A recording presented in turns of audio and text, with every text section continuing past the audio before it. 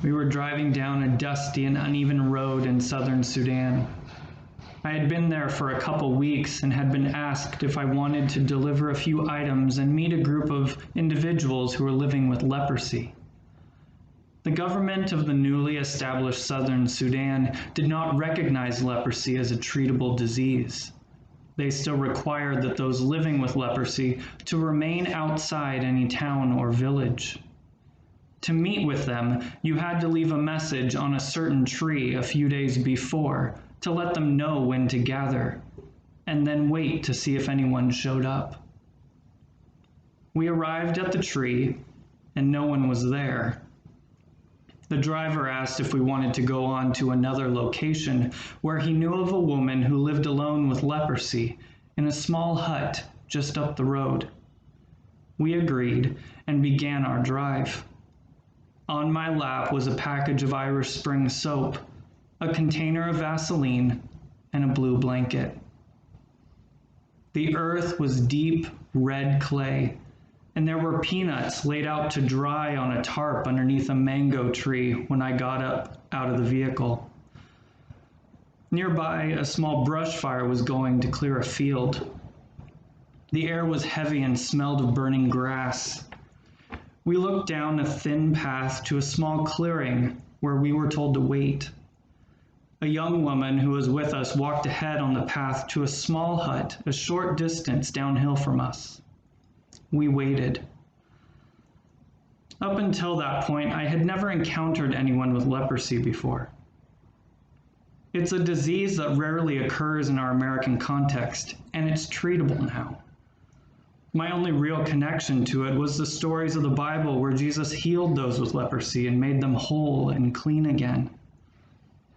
I didn't really know what was about to happen, so like the others with me, I just waited. Soon the young woman began to come back up the path towards us slowly. Eventually, we saw a woman was with her, struggling on hands and knees in the red clay dust. She was perhaps 60, age carved into her face. Her hair was short. She wore a yellow t-shirt and a long skirt that covered her legs. She moved like a mermaid trying to travel on land, her legs more like dead weight behind her. She was missing fingers, and the fingers that were there were bent and twisted, making her hands look more like claws. All I wanted to do was rush over and help her instead of watching this poor woman drag herself through the dust. But I stood still, watching her make her way. When she made it up the hill, she sat back on her haunches, trying to swing her legs around in front of her to sit down. In her adjusting, she lost her balance and fell backward, her head hitting the ground like a watermelon, her skirt flipping up, exposing legs covered in patches where the leprosy was spreading, and missing toes. We all froze as she toppled, not knowing what to do. "Help her," someone said, but we didn't move. We didn't know what to do. I didn't know about leprosy and if it was contagious or if a man in southern Sudan could rush over and help a woman without rupturing some cultural boundary. I didn't know what to do. I stood there holding the supplies, feeling like an idiot. And while I had my inner conflict, the young woman rushed over and righted the older woman, making sure that she sat on solid ground. She fixed her skirt, covering her legs. The older woman looked up at us with big, cloudy eyes, and a huge smile spread across her face. "Silly me," she said through a translator. "I'm always doing that." One of the members of our small group began talking to her, telling her that we had come with some supplies and asked if there was anything that she needed. "Are any of you eye doctors?" she asked. "No, we aren't. Sorry." "My eyes are getting worse and I was hoping someone would look at them." "Sorry. We do have some supplies though. We have soap and Vaseline for your skin. We have a new blanket, if you'd like that."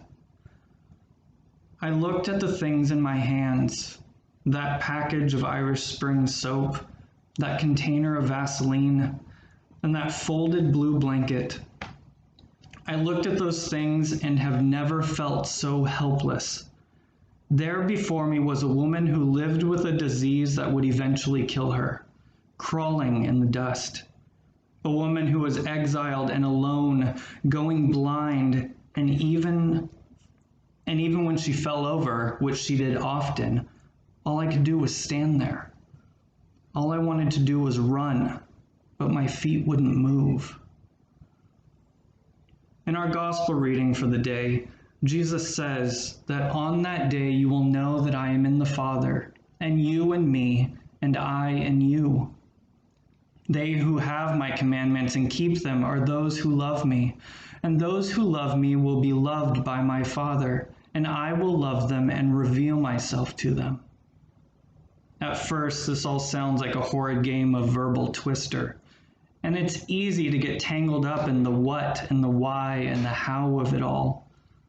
But really it comes down to this: love God and those around you the best you can, and you'll see Christ who is always with you.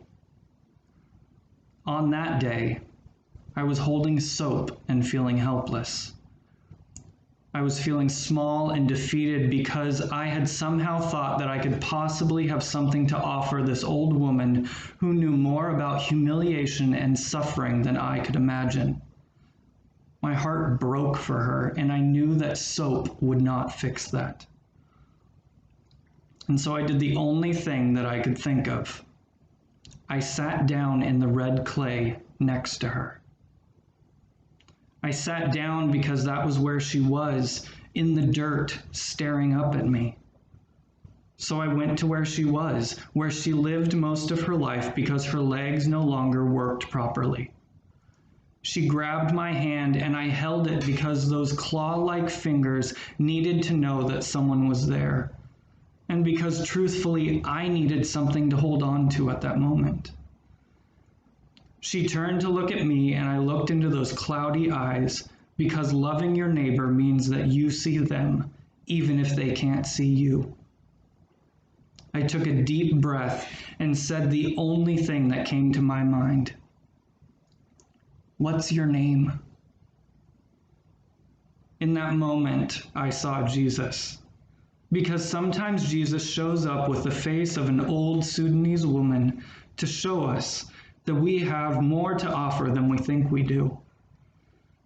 By loving God and those around us the best we can, we begin to see the ways that the Spirit moves, the way God's hands work, and where Christ smiles. By opening ourselves up to do the things we know in our heart of hearts that we are being invited to do, we reveal a bit more of Christ to the world. For in the love you show to those around you, your face takes on the face of Christ. And sometimes that thing that we are called to do is just to sit in the dirt, to hold a hand, to ask a name.